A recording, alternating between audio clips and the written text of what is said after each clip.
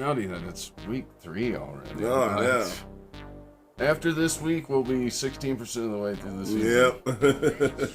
Yep. It goes so fast. Lame. It goes so.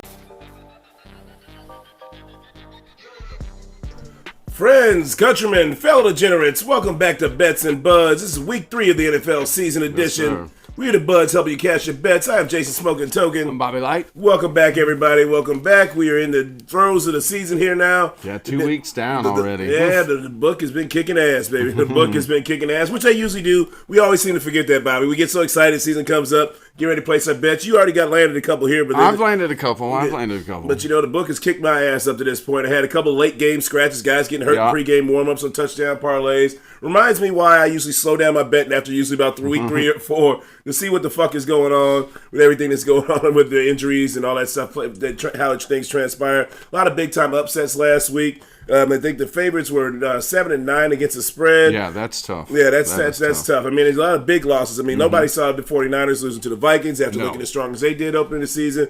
Cowboys, I can see that going to get either way with the Saints, but not to get their ass kicked the way that they did. I mean, this is a big week. And even the Falcons with a big Monday night. Well, I think the Philadelphia beat themselves in that They beat themselves. All they had to do was run that ball. Yeah, they beat themselves. There was some bad coaching. That's where the analytics, sometimes these guys kind of go a little too much into like not playing winning football. Right. Sometimes take the points. You look at how these field goals kickers are kicking right now. And we're seeing a lot of bad red zone football, too. A lot of guys getting down to the red zone. They're getting those drives, but they're not able to punch the ball in. Not punching it in. Yeah, not punching it in. We're seeing a lot of bad red zone offense right now. So let's start this off here with. I think we got a little Blues action before we dive into this week's slate. Yeah, so the Blues just finished up their prospect tournament this past weekend. It's the Tom Curvers, I believe, Tom Curvers Memorial Tournament with the Blackhawks and Wild.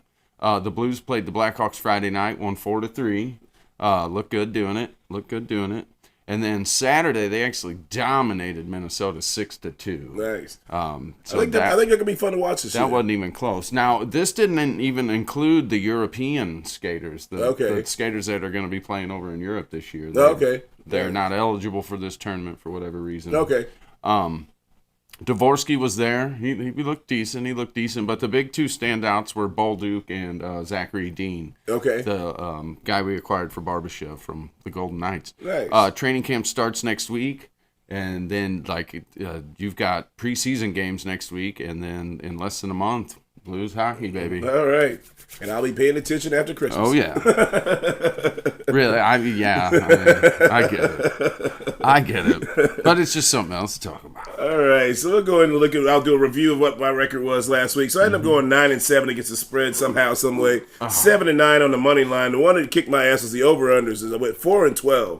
4-12, ugly over-under week, man. But like I said, a lot of bad red zone offense. I totally understand, because last week I went 7-8-1 against the spread.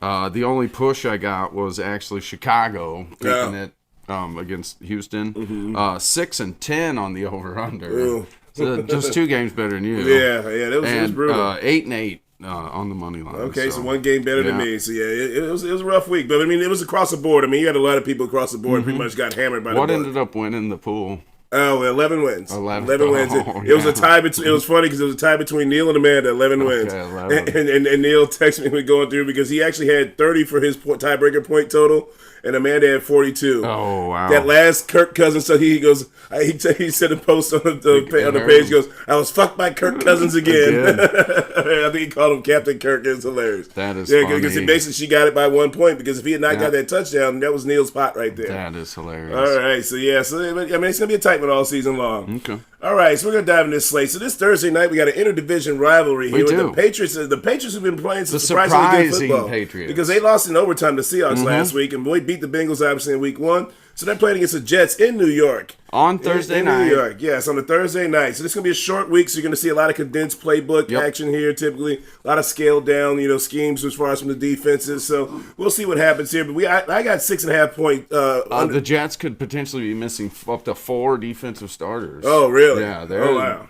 They've lost what's his name to the tear. He tore his MCL. Oh yeah. He's gone. So that's 1, and there's 3 other possible injuries out there. So okay, yeah, we'll have to look at. I'll have to dive in that a little bit more, but that makes you feel a little bit better about where I'm leaning at. I like New England to cover this. I have 6. Yeah, 6. I have 6.5. I actually like New England to cover as well. Okay. And then but I like the Jets to win outright. Okay, yeah, I like the Jets to win as well. I like the over in this one. You like the over? I like the over. What'd you get the over under at? 38.5. That's why I got at 38.5. I actually like the under. Okay. Thursday night, short week again, offensively wise. That's kind of where I'm leaning there. I have a nice little parlay. I'm hoping that the Jets the Patriots losing that many starters makes me feel a little bit better about my whole bet that I'm going to throw down here. All right, so next up we got the Giants at the Browns. The Browns got a big win against the Jaguars. The Giants became the first team to score 4 touchdowns. I did see that. And not give up a touchdown. And still lose the football game. So that is what you call a building burning down, people. That is what we call a building burning down. So the Giants are actually going to Cleveland to play this game. They're 6.5-point dogs through FanDuel.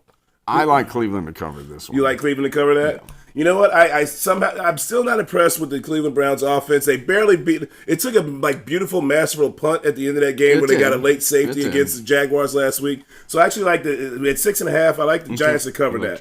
I still like Cleveland to win, but I like the Giants to cover. Not too impressed with either one of their offenses. This one's also another low scoring game at 38.5. I like the under on this one too as well. I like the over as well as this one. Okay. I mean these are low over unders, but I'm watching the trend of this football right now. So unless I see something different. Yeah, it hasn't been looking pretty. We've seen some bad quarterback play. I mean, it's been a lot. I mean, it's been a year of the kicker right now. I mean, but they're making 50-plus yard field goals at like an 89% clip. Yeah, right like now, their man. extra points. Really. Yeah, like their extra points. It's insane.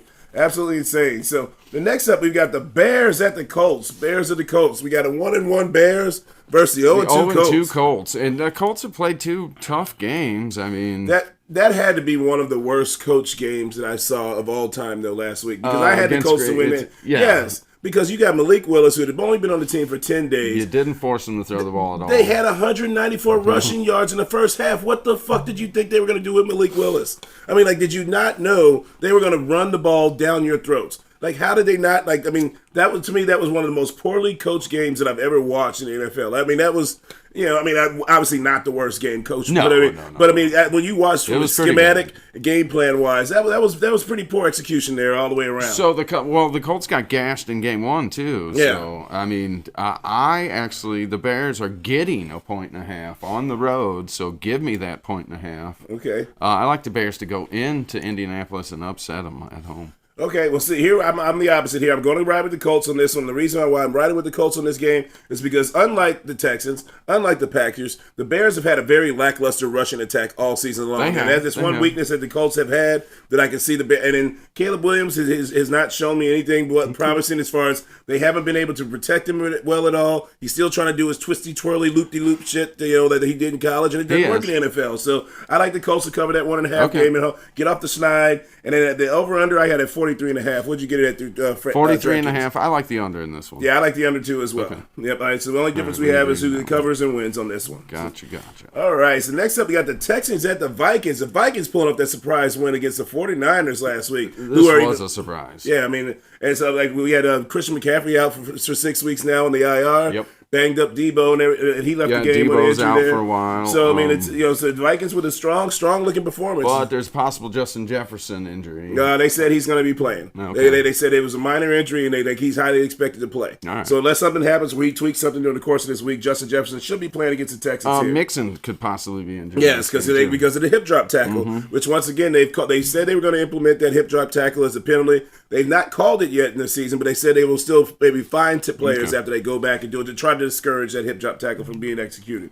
So it's in Minnesota. I have 2.5 dogs for the Vikings at home. I've got Minnesota getting 2 points. Do you? Yeah. See, I had them as 2.5-point dogs. Okay. Yeah, I had them at 2.5-point dogs when I looked at it earlier today. I could have misread that, but I'm pretty sure I saw them as 2.5-point dogs at home. I've got 2. Okay. All right. So and as far as for the over-under, they were at 45.5. I like the Vikings actually to cover that spread, obviously, and I actually like them to pull off a win against the Texans there. Okay. It's a home game. That stadium gets loud. They're 2-0 right now. The fans are going to be excited, bring a lot of energy, a lot of juice, especially if Joe Mixon is sideline.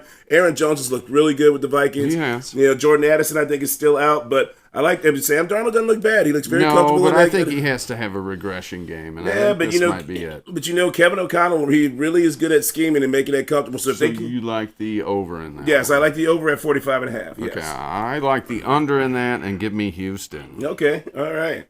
All right, so next up we got the Eagles at the Saints. Eagles at the Saints. Okay, what do we say about the Saints right now? Is Right this now. legit? I mean, they beat Carolina, beat the brakes off of them, but then they beat the brakes off the Cowboys. Is this the rebirth of Derek Carr? Kamara, dude. Kamara went nuts. They're all. That was what surprised me with the Saints. So when I projected the Saints, I think I had them as like a 6-7 win team when we did our preseason picks, but I did not foresee their offense progressing the way they had. I mean, it's dynamite right now. I didn't realize they brought in who's it? Because it's Gary Kubiak, not Gary Kubiak. It's his son, I believe. Okay. But it's a Kubiak. And so he's from that tree, the Shanahan. They run a lot of the similar offenses. The offenses always seem to give the Cowboys problems. And what they did was, as I heard Michael Lombardi through the GM Shuffle say earlier, they were able to play Canadian football, meaning Canadian football you only get 3 downs instead of 4 downs. So basically, first, second down, they were always you got to get it. Yeah, right. they were very rarely getting the third down. Right. They were getting the second down, getting the first down. And so the way they moved the ball.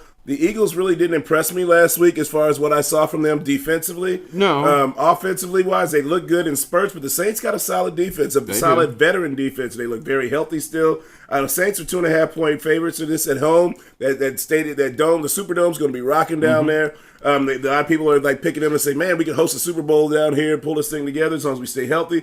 I like the Saints to win this game, obviously cover, and then their 49.5 points was the over-under. All right, I like the under on this game. You like the under? Yes, I like the under on this game. Okay, we agree on how it's going to work out. I like the over. You like the over in this one? All right. I just don't know how it's going to progress because I said there's some things that I saw out of Jalen Hurts from the passing game perspective. He looked good running the ball, but he's not going to do that against the Saints. Right. He's not going to be able to do that against the Saints. And from him as a passer, he still is limited to me as far. And AJ Brown, I think, is still going to be out again this week. He is going to be out. He's going to be out again this week, which is a huge, huge loss for them. Huge loss. All right, so the next up, we got the Chargers at the Steelers. That one is at Pittsburgh. Both teams 2-0. Yeah, somebody's coming out of this one with a loss. Yeah, somebody's coming out of this one first loss. We got to have Justin Fields as a starter again. Who do you like in this one, Bobby? I actually like Pittsburgh get this one done, only because they are at home. Yeah. And Mike Tomlin's going to have that defense revved up. Chargers, you know what their MO is going to be, run that ball down their throats. But on the road, give me Pittsburgh. Okay, and then what's the over-under that you got there? I've got 35.5, okay, and I actually keep it under 35. Okay, I'm with you on the under, but I'm going to flip that actually, and I like the Chargers to get this game because the Chargers actually stayed after their game this past week. They actually stayed out on the East Coast, okay, and then they've been there this whole week, team bonding, staying away from the family. The team's been all together all week long, and I like the Chargers actually to get this one just because of how limited Pittsburgh is offensively, and I like the Chargers as far as being able because you got the Justin Herbert effect. The Justin Herbert, he's got that big arm where he can still pop off that pass at any given time there. He can move too still. Yeah, and he can still move. So, it's only 1.5 point dogs that they were. So I like them actually to go into Pittsburgh and get that win there. Okay. All right, so the next up we got the Broncos at the surprising 2-0 Buccaneers. Right, yeah, this surprising 2-0 Buccaneers. But why are we surprised, though? They're 3-time champions. Yes, they are. They're 3-time defending champions. But, again, nobody. Here goes back to, so last week, just to backtrack on that game against the Lions last week. The Lions were 1-7 in the red zone. They were 1-7. 1-7 in the red zone. That's, again, that bad red zone offensive play that we're seeing right now. And shout out to the Buccaneers for doing it, but Jared Goff had no business throwing 53 passes against the Buccaneers. No. The Lions have too good a running game for that. And that, to me, is what hindered them a little bit. And also, too, there was another time during the course of the game where MCDC was a victim of not kicking a field goal when he should have kicked the field goal. Right. So, well, he owns that, too. Oh, yeah. He always owns it. Yeah, he does always own it, but stop doing it, motherfucker. Shit, how many games you going to lose? He cost you an NFC championship last year. That being said, I like Tampa Bay to get it done at home, cover the 6.5 against the Broncos, and give me the over 40. See, I like the Broncos actually to cover that 6.5. I like the Buccaneers to get that game, and I like the Broncos to cover the 6.5, and I like the under at 39.5. Alrighty. Yeah, I like the under at 39.5 there, just because I don't see the Broncos scoring a whole lot of points. No, but I could see Tampa Bay easily lighting. I could see them trying to a little bit, but the thing is, they've got the secondary to match up against the Buccaneers receivers to a certain degree because they don't really have any burners at receiver. They got good receivers, but they don't have any burners at receiver. So that's the only reason why I say that I can see that game kind of standing. Godwin had a hell of a game. Yeah, Godwin had an unbelievable game. All right, so the next up we got the Packers at the Titans. The Packers at the Titans. The Titans who probably could possibly be 2-0. Not minus 2 horrible plays by Will Levis. Will Levis. I think if we have one more moment like that, Will Levis is on the bench, and we're going to see Mason Rudolph in the game here if we have one more performance like that. I already thought they were talking about it. Oh, the coaches talked about it. I mean, if you see his, I think when he mouthed it when he did that turnover at the end of the game, what the fuck was that? I mean, it's like Jesus. So again, like we got the Packers are 2.5-point dogs in Tennessee. I actually like the Titans to cover to win this game and actually cover the 2.5 points. 2.5. And then over under was at 37.5 points. I like the over on this game. The Titans have looked. Our offense has actually looked pretty good, minus a couple bonehead plays and mistakes there. The Packers have shown they can run the football. The Titans can be ran on. Let's see what Malik Willis does and how he comes out. He had a couple passes that looked okay, but if they really make the Packers one-dimensional like the Colts should have done last week, I think I like the Titans to come up with this round. Actually, give me Green Bay in this one. I'm going to go totally opposite across the board on this one. I actually like what Green Bay did last week. They actually don't have to force Willis to pass it because they can show if they can control the game with the run. I just don't see how they can do it again. I mean, to me, that was a big misstep by Gus Bradley, allowing them to rush the ball. But you've already said Indianapolis plays such a vanilla defense. They do. I mean, everybody in the league knows that. I mean, everybody in the league knows it. That's why lining up to them. So we got to have one game where we disagree. Oh, yeah. Well, that's all right with me. Let's see what happens here, brother.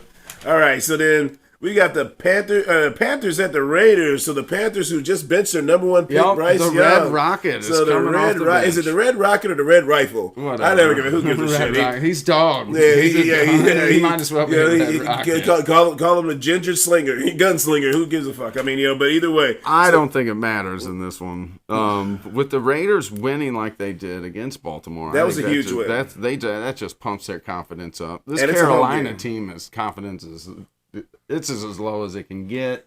But if maybe Director Dave can look at us for statistically, though, for a quarterback getting benched and another quarterback coming into a game and seeing what that record is for when you get a veteran quarterback. Yeah, a veteran quarterback at that. Would be because that would be an interesting stat. Because like we saw it last year with Pittsburgh when they finally peeled out Kenny Pickett and brought Mason Rudolph in. Right. Nobody even in Pittsburgh liked Mason Rudolph at all, and he came in and he started slinging and got them to the playoffs. So you never know as far as Andy Reid. Andy Dalton. He's a veteran quarterback. That Carolina fan base is gonna just turn on everybody. It's bad already. It's only gonna get worse. I'm with you, brother. I don't have a lot of hopes for the Panthers right now. No. So I have the Raiders being 5.5-point favorites at home. I like the Raiders to actually win this cover, and I actually like the over, which is at 39.5. I have 40, but I am in total agreement on this one. All right. So yeah, we're on the same page on this one. All right, so next up we got the Dolphins at the Seahawks. This one's interesting because the Dolphins did sign Huntley. Yeah, they did sign Huntley, but he probably won't play. Yeah, we're going to have Skylar Thompson in still. Yeah, we're going to have Skylar Thompson in. They had a big win against the Patriots in overtime last week. Geno Smith came up with a couple big throws late. We'll see. I think Kenneth Walker's still out with injury. They're 4.5. The Seahawks are 4.5-point favorites at home. I just do not like Skylar Thompson or the ability to move that offense whatsoever. Now, they've been able to run the hell out of the ball. So, we'll see as far as defensively what the front seven of the Seahawks can do to slow down the running game. But, I mean, for me, I'm with you probably, Bobby. We're probably both in the same way. Negates, you're basically taking Hill and Waddle pretty much, from what they can do. You're minimizing them tremendously. You're minimizing them tremendously. And Geno Smith, I believe he went down with an injury already. Did he? I think so. Okay, I haven't heard him being out. He at least went out of the game last week for a little bit. But I haven't heard about him being ruled out this week. So, as far as I know, I don't think he's ruled out. But that could be a problem, too. So, I like Seattle to cover this 4.5, win at home, and give me the over. Yep, we're in agreement. We're in a total agreement on that one. And what'd you get the over-under at? 41.5. Yep, exactly. Exactly. So both books had them at 41.5. All right, so next up we had the Lions at the Cardinals who kicked the shit out of the Rams last week. And I don't even know why I went against my gut. Because I said during the preseason the Cardinals going to be my surprise cover team. You did. But I went against them too. It was a 1.5-point game. So I'm thinking, the Rams, they still need to go ahead and pull it. They can possibly pull this one out and keep them going 0-2. As well as they played Buffalo in week 1. We probably should have expected a little more out of the Cardinals. But I thought maybe it was fluky things. There was a kickoff return was involved in that and stuff like that. So maybe they was playing with the little fool's gold. But again, Lions at the Cardinals. So the Lions had a very disappointing performance. Yes. They're 3-point favorites in Arizona. I actually like the Lions to cover this game and we'll get the win. You like the Lions to get the win and cover. Yeah, and cover I the 3 think points. the Cardinals are going to get this one done at home, only because the Lions could potentially be out up to 5 starters on offense and defense this week. Okay. St. Brown could possibly be out. He's Yeah, I got saw he the was right questionable. leg. He's got that soft tissue injury. Yeah. Anzalone's going to be out. Yeah. I think another safety is going to be out. Yeah, I mean, guys are getting banged up, and this early in the season, guys would rather rest people now. And the Arizona offense looks like it just might start being just start cooking. Marvin Harrison had 2 touchdowns and over Yep. 140 yards receiving in the first quarter. Give me Arizona. I like Arizona to win this game, obviously, in the cover, and I like the under. See, I think the Lions are going to go back and they're going to run and pound the hell out of them with the running game here. They do what they should have done last week. So I actually like the Lions to win this game, obviously hit the money line. And I like the under at 51.5. Okay, yep, we're in agreement there. All right. So the next up, we got the Ravens at the Cowboys who, I don't even know what to do. Yeah, and both of these teams basically had very disappointing losses last week because the Ravens had a 10-point lead. For whatever reason, the last 7 minutes of the game did not run Derrick Henry at all. At all. I mean, it's basically like a replay of the AFC Championship game last year. So, I mean, they're coming into Dallas again here. Dallas had a very disappointing loss at home. The Ravens are 1.5-point favorites. Yep. Coming into Dallas. I've got one, but I mean, it's still you're going on the road into Dallas and you're giving up a point. And you're giving up a point. So are you getting a point? So like for me, the Cowboys really, until they show me that they got any grit to stop the run, I really got very little confidence on any team that could possibly pound the ball. Now the Ravens don't have a great offensive line, so that could be something that can be an issue for them. But I mean, you get Lamar Jackson on the outside. Yeah, you get him on the outsides, and they finally get Derrick Henry rolling. And I mean, like I said again, they've shown no confidence. I like Baltimore to go in there. I'm with you too. And then the over/under I had at 48.5. Yep. What do you like? I like the over. You like the over? See, I like the under on this one. Okay, you like the under. Yeah, I think it's going to be a grind-out game somehow, some way, and the Cowboys going to do something disappointing and lose at the end. I mean, that's pretty much that sounds about right. That's what my fandom is with my team that I've rooted for my entire life. But sorry about it. I've got to be honest with my unbiased last opinion. Week was disappointing. Yeah, that was absolutely disgusting. Absolutely disgusting. I think they scored on. I think they said the Saints have scored on 16 straight drives. Holy crap! Yeah, 16 straight drives. And so that means basically every drive that they had against the Cowboys, they scored last week.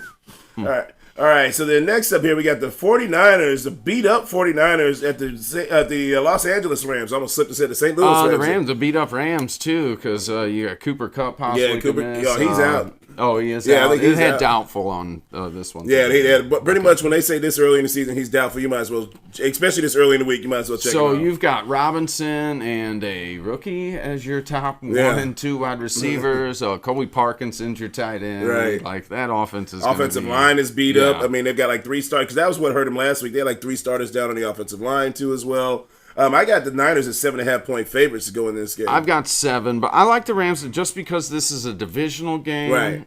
It's going to be played tough. They know each other very well. And I like the Rams to cover this. 49ers to win, and give me the under 44.5. We're in total agreement there. We're in total agreement. I got the same over/under 2 as you as well. We're in total agreement. Like I said, it's a division rivalry. And so, I know the 49ers are banged up too right now, but they're just a better team. They're just a better team overall, like from head to toe, top to bottom. So I like that. Especially you can't have a banged up offensive line and try and play the 49ers. That's going to be a tough sledding, especially when you don't have those receivers in there they can do a lot of quick pass game with. So. Rams will keep it close. Yes.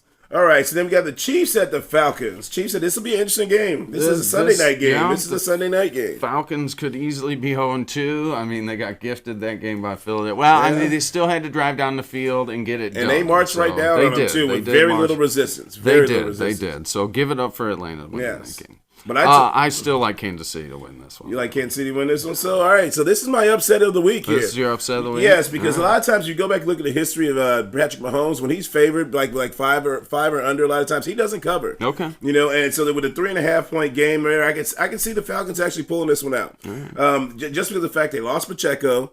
They did. You know, Pacheco's down. He's going to be out for like 8 to 9 weeks somewhere with a fractured fibula. Yeah, and you've got Carson Steele and Samaj. Yeah, Samaj P. Ryan. So, I mean, again, now Patrick Mahomes, you can never put it past him, as far as pulling out a game. Because, I mean, he pulled that one out against the Bengals when they got totally outplayed last week.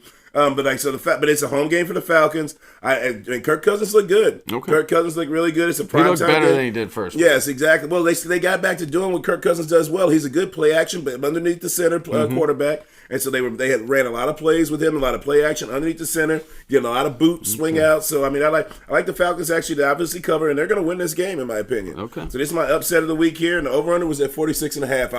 I like the over. You like the over? Okay, we're in agreement there. Yep, I like the over. So then we got the Monday night Two Monday night games this week. Why do we have two Monday night games this week? Do you know why? You know what? I don't know why. Actually, I'm missing that one. Oh yeah, that's right. I didn't even jot that one down. Jacksonville and Buffalo, Commanders and Bengals. Cincinnati. Yeah, so go ahead and you tell me what you got there on that one. Jacksonville and Buffalo. I've got the Buffalo favored by 5, over under 45.5. I like the Bills to actually get this one done at home, move to 3-0. Jacksonville's not showing me anything. I don't think they go up into Buffalo on Monday night and win. No, I have no faith in the Jaguars for me to lean that way whatsoever. They show me no physicality on their offense or defensive line whatsoever. So I like Buffalo, same thing, cover, get this whole game there. I like the over. Yes, I like the under. You like the under? Yeah, I like the under. Okay. Just because of the fact that I don't see the Jaguars doing a whole lot explosively. So Washington at Cincinnati, the spread is 7.5 right now. Washington's getting 7.5. The over under is 47. And Cincinnati's obviously minus 355, so they're the heavy money line favorite. Give me Cincinnati to win this one. I like Washington to cover that 7.5 points and the under. All right. So you know what? I'll go with you on that one here. I like Washington to cover that, but give Cincinnati the win because it's a much needed win for them. Yep. They have to win that one. And what'd you get on the over under on that one? I've got 47. I like 47. Okay, you know what? I'm going to probably take the under on that one too as well. Yeah, so I'm going to take the under on that one. All right, so we're in total agreement on that one. That's 4 of them this week. All right. So the next up here, we got the Patriots. I'm sorry. This is my smoking token. Oh yeah, I was like, no, that was the last game. Yeah, no, I was going down. I was looking at my parlay picks here. So this is my parlay pick that I have for Thursday. I haven't dove into anything else because with all the injuries and everything, you really don't have a lot of lines for prop bets. Right. There's a lot of uncertainty going into this Sunday up to this point, and we really don't know what we're dealing with to really solidify anything really until we get. So come on, everybody, and get out and vote on November because we got to get this shit going through so I can place that bet right before the fucking game. All right, but what I like here is I'm going to go with my bet that I went straight across the board. I like the Patriots to cover that 6.5 points. Okay. I like the Jets to hit the money line, and I like the under to hit at 38.5 points. And I threw in Ramondre Stevenson to get an anytime touchdown score at plus 1404. Plus 1404. So $100 will win you 1504. 1504. All right. So I've got a 3-leg touchdown bet. I like Kamara to keep the scoring going. I think he's going to lead the league in touchdowns this year again. Kamara, give me Dobbins. I think he's going to score again this week. Keep it 3 for 3. And give me Jacobs in Green Bay. I like him to score. All right. That's plus 591. Oh, I like that. That's a good solid juice. It's a spread. 3 running backs. They've all scored so far in the season. There's no reason why they can't score again. Right. They're number 1 running backs. Nobody else is. There's nobody really challenging them for touches, really. So, no, that's a good one. I like that one. All right, well, that's all I got, brother. That's all I got, brother. All right, then we got Director Dave's dumbass pick of the week here. We can't forget him to sign off without that one. Anytime touchdowns, we got a 6-leg parlay. Garrett Wilson for the Jets, Aaron Jones for the Vikings, Jalen Hurts, anytime touchdown, quarterback one. Ooh, that's the one that pays right there. Mm-hmm. David Montgomery for the Lions, Derrick Henry for Baltimore, and James Cook for Buffalo after coming off his 3-touchdown performance. And plus 69.51. That's a good juicy one there. $100 win you $7,000, baby. He hit 6 out of 8 last week. Yeah, I know that wasn't bad. He's creeping. Yeah, he was right there knocking. We might get one of those Dave dumbass picks to hit before the season's over. Oh, and talking about getting out and vote and making sure it happens this year, because when we were over there placing our bets on Saturday, the Mizzou game had started, and you can make the live bets. Yes. And I made a bet, just a little $1 bet that Boston College would score first at plus 255, and they scored first. And I won $2.55. Yeah, because that's the action we miss out a lot on when we can't bet from in our state locally, because there's a lot of live action, because as you're watching the game unfold, a lot of times there's a lot of more easier chances to predict what you might think is going to happen in the second half of a game or the second quarter of a basketball game. We were already driving across the river, but while Mizzou was going down and they ended up kicking that first field goal, the live action at one point was plus 550 for them to kick a field goal on that drive. Really? So, yeah. Let's get it done. So let's get it done. Make sure you get out and vote this November. Let's get this thing done here. So make sure you like and subscribe, add to the comments section, keep things going for us here. We're going to keep bringing that content to you all season long and for the rest of the year. Hard to believe it. Shout out to True on the Track for bringing those beats out to us. Director Dave for keeping us up on the ones and twos. I'm Jason Smoking Token. I'm Bobby Light. We'll see you next week. Peace. Yeah, it's